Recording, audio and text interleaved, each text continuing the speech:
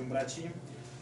Excuse me, my English it's not very good for presentation, and Olga helped me. I'm talk Russian.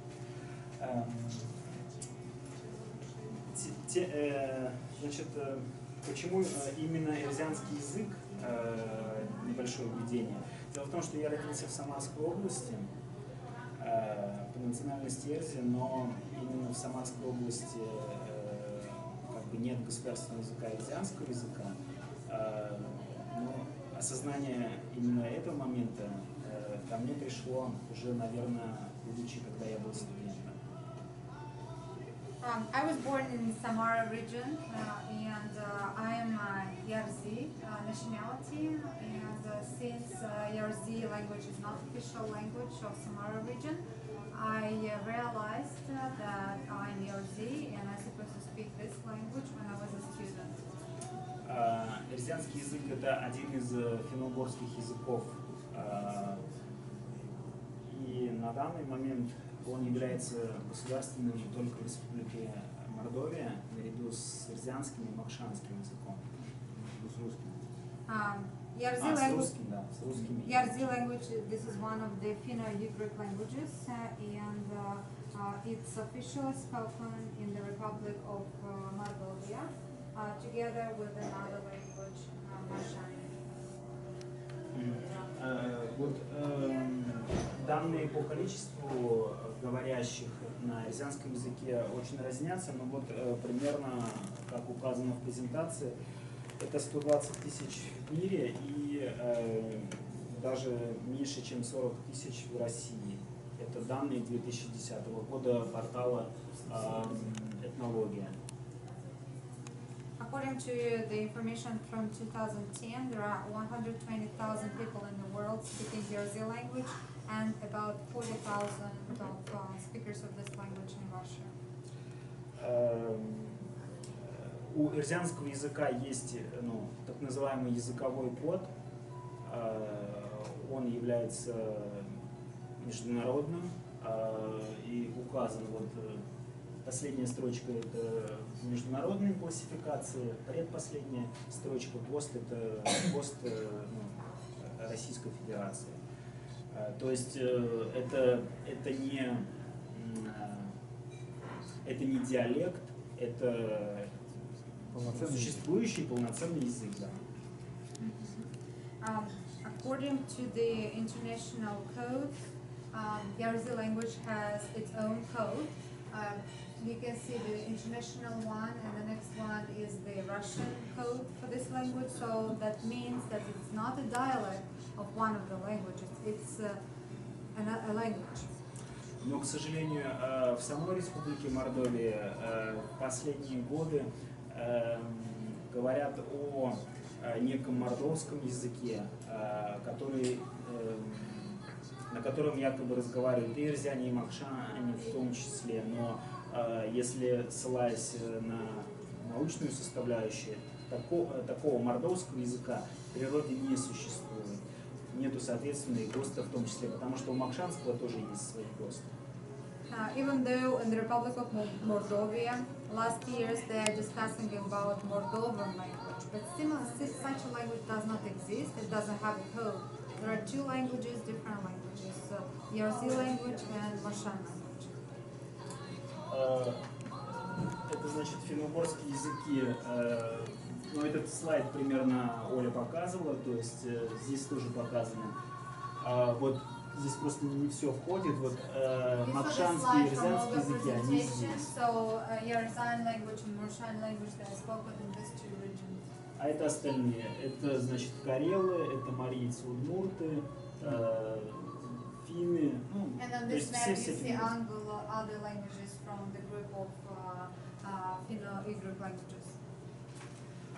Вот если конкретно говорить, где проживают эрзиане и макшане, то следующий слайд. Да. Опять же, применительно, где размещаются носители эрзианского языка. В самой Республике Мордовия, как я уже ранее говорил, всего лишь 28% Эрзиан находится на территории, где этот язык является государственным. On the territory of Republic of Moldova, there are just 28% of the people who speak the language. Even this is the only territory when this language is official. Остальные территории это Самарская, Нижегородская, Саратовская, Пензенская, ну и другие города, это и Санкт-Петербург, Ленинградская область, Московская область. Но на той территории эрзианский язык, он, то есть для людей это русский язык. То есть там нет статуса языка, соответственно, люди, которые, дети не могут учиться в школе или в детском саду, получать какую-то прессу и тому подобное. There are other regions in the country where you can meet Yerzi people. For example, in Samara region, Novogorodskaya region, Saratov region, Penza, Ryazan, St. Petersburg, and Leningrad region, and also from Moscow region. But in all those regions, Yerzi language is not official language. As a consequence, children of the Yerzi people, they don't have access to language, to any possibility to study their mother language. И возвращаясь вот к этому слайду, где находится Эрзиан и Макшани, то есть территориально это Республика Мордовия, это вот территория Республики Мордовия, вот это всего лишь, вот эта часть, это Республика Мордовия. Нет, синим это Эрзиане, красным это Макшани, но Республика Мордовия, вот территория вот это всего лишь. So if you're looking geographically where Yerzi people live, you can see them marked in blue, and if you see in red, there are other language, Mokshan language, and the territory of Republic of Moldova, you see the. То есть, если смотреть, вот она Пензенская область, то есть вот здесь живут эрзиане, вот здесь живут макшане. So, for example, if you take one region, Penza region, so you see just the part of the territory is populated with Ryazan people, and another piece of the territory closer to Moldova Republic is covered by Moksha language speakers. Вот я родился в Самарской области, здесь макшан вообще нет. Territory, there are no people who would speak Mokshan Территория language. Оренбургской области тоже эрзиане живут. And even on the territories outside of the marked region, still you can find some. Нижегородской области абсолютно макшан. If you look at the Nizhegorодskaya Oblast, you see a lot of Erzi people living there. Но это было в 19 веке. So this is the map from 19th century. Это как сейчас. То есть, если посмотреть, примерно все осталось то же самое. То есть черным это макшанская, а красное это эрзиане. То есть, ну просто, чтобы визуально было понятно, что они в разных местах даже в принципе жили. This is a map from nowadays, and you can see at this map that the regions were populated by these two nationalities. They are about the same like in the old times. Так как я работаю в средствах массовой информации, но, правда, не национальных, а на русском языке, конечно, интересно получать информацию на своем родном языке. И на данный момент есть всего лишь 2 газеты и 2 журнала, которые так или иначе связаны с эрзианским языком. I'm a journalist. I'm working for Russian media in Russia, and for me it's very interesting to have access to my Yerzi language information. So there are only 2 newspapers and 2 magazines published in Yerzi language. Первая газета называется «Эрзианская правда». The first newspaper is called Yerzan Truth. Больше чем 3000 экземпляров. И да, есть у них интернет-сайт, но какую-то часть они выкладывают в интернете. They publish 3,250 copies of this magazine, and some of the information is available electronically in the internet. Эту газету финансирует правительство Республики Мордовия. So this newspaper is funded by the government of the Republic of Moldova. Вторая газета это Эрзянь Мастер, это страна Эрзянь. The second newspaper is called Yerzan Land. 2000 экземпляров. И эту газету делает фонд спасения эрзянского языка, то есть это независимая организация. They print 2000 copies, and this newspaper is founded by the independent organization, individual independent organization called Foundation for the to Save Yerzi Language. Она выходит уже 20 лет. За последние, только, наверное, последние 5 лет ее дважды пытались закрыть при помощи суда, Роскомнадзор, но суды доходили до Верховного суда и оправдывали газету, то есть методов экстремизма там не нашли. Да, газету изначально хотели закрыть из-за того, что, дескать, они националисты. Вот. Да, то есть, потому что это независимая газета, то есть у нее независимое журналистское мнение тоже. То есть она не поддерживает линию государства. Мартвинизация. So this newspaper is published for the last 20 years, and last 5 years they have different difficulties. They are trying to accuse of nationalism in the newspaper, so they've been called to the court several times, and they even got all the way to the Supreme Court, to the federal court. And finally, it was recognized there are no nationalism in the newspaper. The newspaper is not supporting the government position, so they have their own independent view. This is why they have all the difficulties. И два журнала выходят, их финансирует правительство, но эти журналы на самом деле единственные, в которых представлен эрзянский язык литературный. Это последний, вернее, это журнал Чивисима, это «Восход солнца» для детей, то есть это очень интересный для воспитания детей языку. И второй это Сятко, но это более подростковый, то есть там уже нужно читать более взрослому поколению. И это единственное, то есть если количество экземпляров смотреть, то это очень мало, конечно, и интернет-сайтов, ну, у Сятко, например, нет. And as he mentioned before, there are two magazines. The number of copies is very small of those two magazines.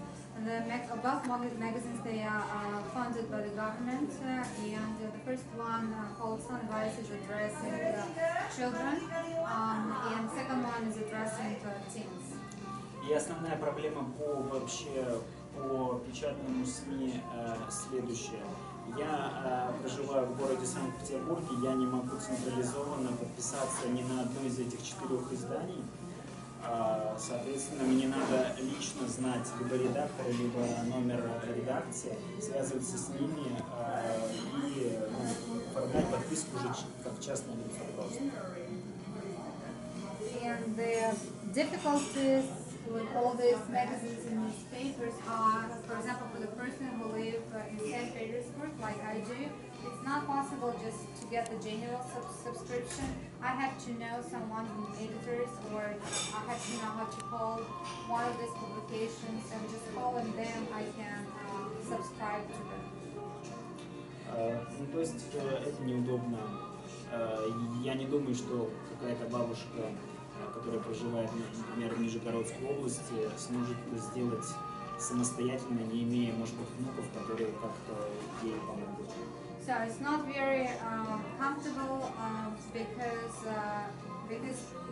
a grandmother would not be able to figure out how to get the newspaper, where to call. If she doesn't have grandchildren who can help her with that. And in this situation, so not too many will get subscribed to those magazines. Приходите на эту сторону, потому что мне это тоже неудобно. Я же им перевожу. Из телевизионного либо ТВ вещания на эрзянском языке. То есть здесь еще более плачевный язык. Единственная радиостанция, которая вещает 2 часа в день, находится в городе Саранске. Это радио Вайгель, голос. Она вещает всего лишь 2 часа, 16 до 19. 1 час из них эрзянский, 2 макшанский. Но самое печальное в этом то, что она вещает всего лишь в радиусе 70 километров от Саранска. А ну, сейчас переведете, а я потом покажу, где эта территория находится. Talking about the electronic media, TV stations and radio stations, the situation is very sad. We don't have too many of them, so the only one radio station we have situated in Saransk, and they broadcast just a couple of hours a day, and 1 hour they dedicate to Yarzi language and 1 hour they dedicate to Moshan language.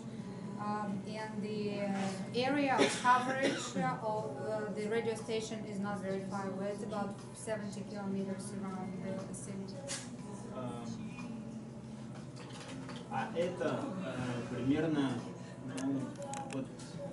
вот эта территория, то есть, грубо говоря, уже ирзяне Мордовии не смогут получать вещание на ирзянском языке.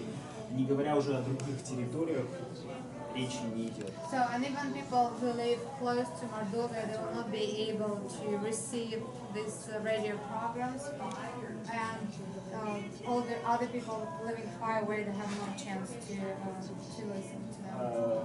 Вещание на национальном языке, то есть это новости 15 минут в день, вещание идет только на территории Мордовии, то есть другие территории тоже не получают. The national news in their languages that are about 15 minutes a day can be received just on the territory of Moldova, so they cannot be received in other parts of the country.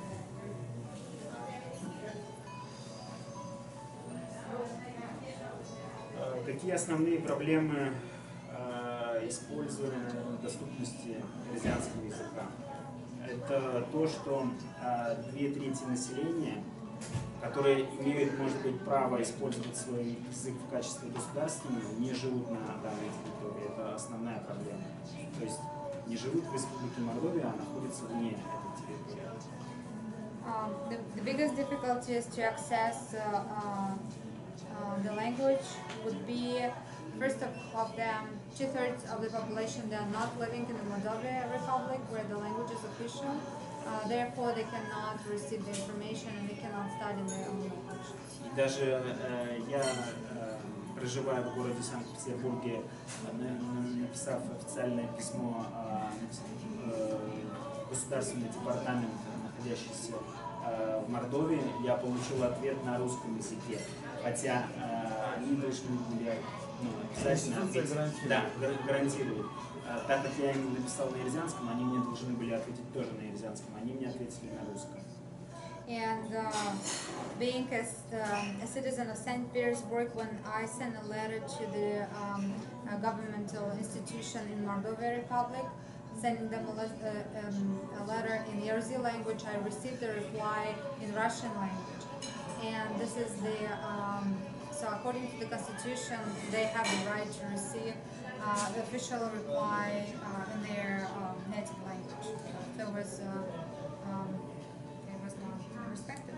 Ну и, конечно, отсутствие интернет-сайтов на ирзянском языке. То есть так, чтобы вот было несколько интернет-сайтов, которые полностью удовлетворяли желанию людей читать именно на языке, их нет. And there is a lack of the internet sites where people would be able to receive and read information in Yarzi language. Отсутствует, например, радио, интернет-вещание, даже вот, допустим, та же радиостанция, которая вещает на 70 километров, можно было сделать интернет-вещание, и тогда другие территории могли бы, ну, даже в Америке находясь, мы могли бы это слушать, но этого нет. There are no radio stations broadcasted through the internet, which would give a better access to the radio station. Ну и отсутствие, конечно, доступного телеканала телевизионного, который бы как-то тоже вещал на ирзянском языке. And the lack of accessible TV channel who would be able to broadcast in Yarzi language. И очень коротко, так как основное у нас ежевика культурная, вкусная, будет рассказывать, я немного расскажу о проекте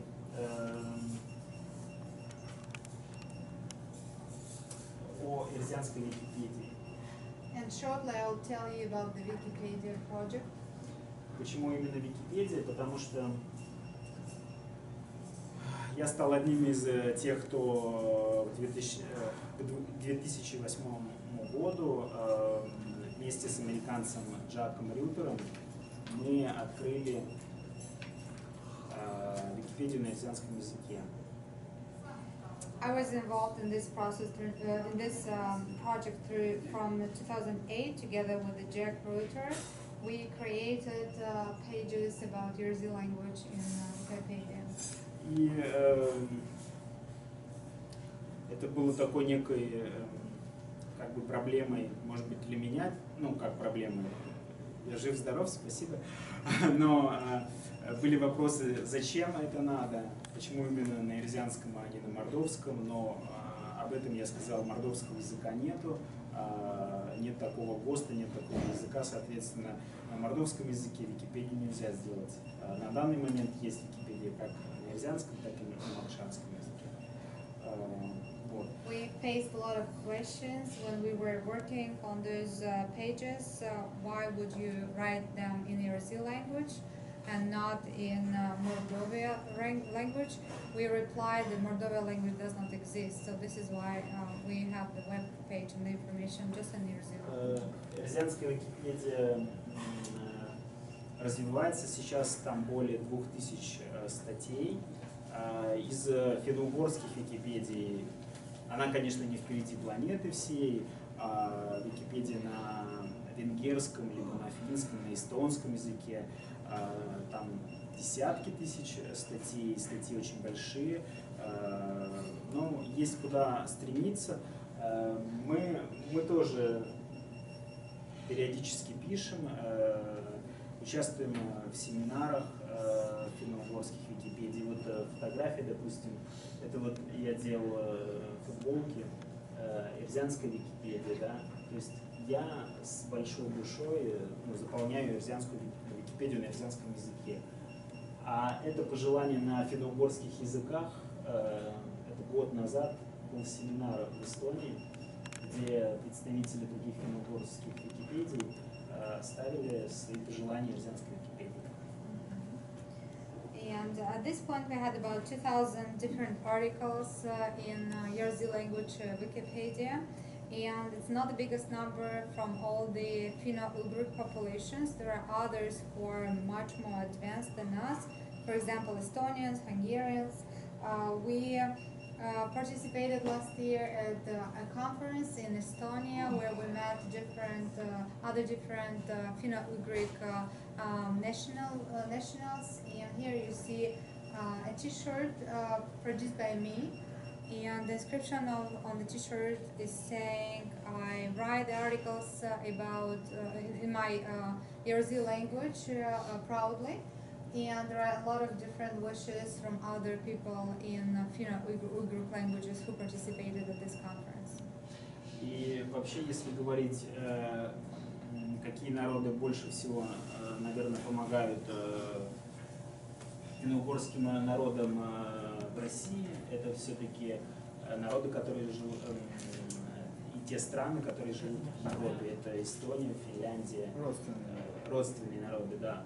И вот, в частности, есть такой проект фонда Кона и библиотеки в Хельсинки. Они, например, на данный момент оцифровали все то наследие на финно-угорских языках, которое существует у нас в России в печатном виде. И на это наследие уже нету авторского права, потому что прошло более 80 лет, и, соответственно, любой житель планеты может зайти и в интернете на соответствующем портале, Finno-Ugric называется, смотреть эти материалы. Это газеты, это журналы, это такие, ну, то есть это очень здорово, что люди имеют доступ к информации. The most helpful people who support us, they are people from Finno-Ugric groups. They are those who are living in Europe, usually it's Estonia and Finland. and they helped us to transfer all the printed materials in the electronic format. And today, people who would be interested to see different printed newspapers and magazines electronically, they are welcome to access the webpage and see those publications. И в окончании своего доклада хотел бы сказать всем огромное спасибо. И вообще наша встреча проходит в такой дружественной обстановке, а через 2 дня у Ерзяна очень большой праздник, называется День ерзянского языка, 16 апреля. Эта дата была выбрана почему? Потому что это день рождения нашего первого ерзянского профессора Анатолия Павловича Рябова. Поэтому в этот день мы всегда говорим о ерзянском языке, о нашей культуре. И мне очень радостно, что так много людей здесь в Америке узнали не так много, хотя бы что-то, какую-то правду об ерзянском языке, о народе. И я думаю, что наша дружба будет крепнуть и развиваться. Спасибо. И с Днем ерзянского языка. I would like to thank you very much for this possibility to connect with you, and our trip is happening in a very friendly atmosphere. And I would like to inform you that in 2 days we are going to celebrate Yerzi Language Day. We usually celebrate it on 16th of April. This is the birthday of one of the first professors, Professor Rebov, who was very much involved in the preservation of the language and Yerzi culture. And in this day, they speak a lot about their culture and the language. And he's very pleased that he had a chance to meet you all and to share the information, the truth about the Yerzi language and their culture. Thank you.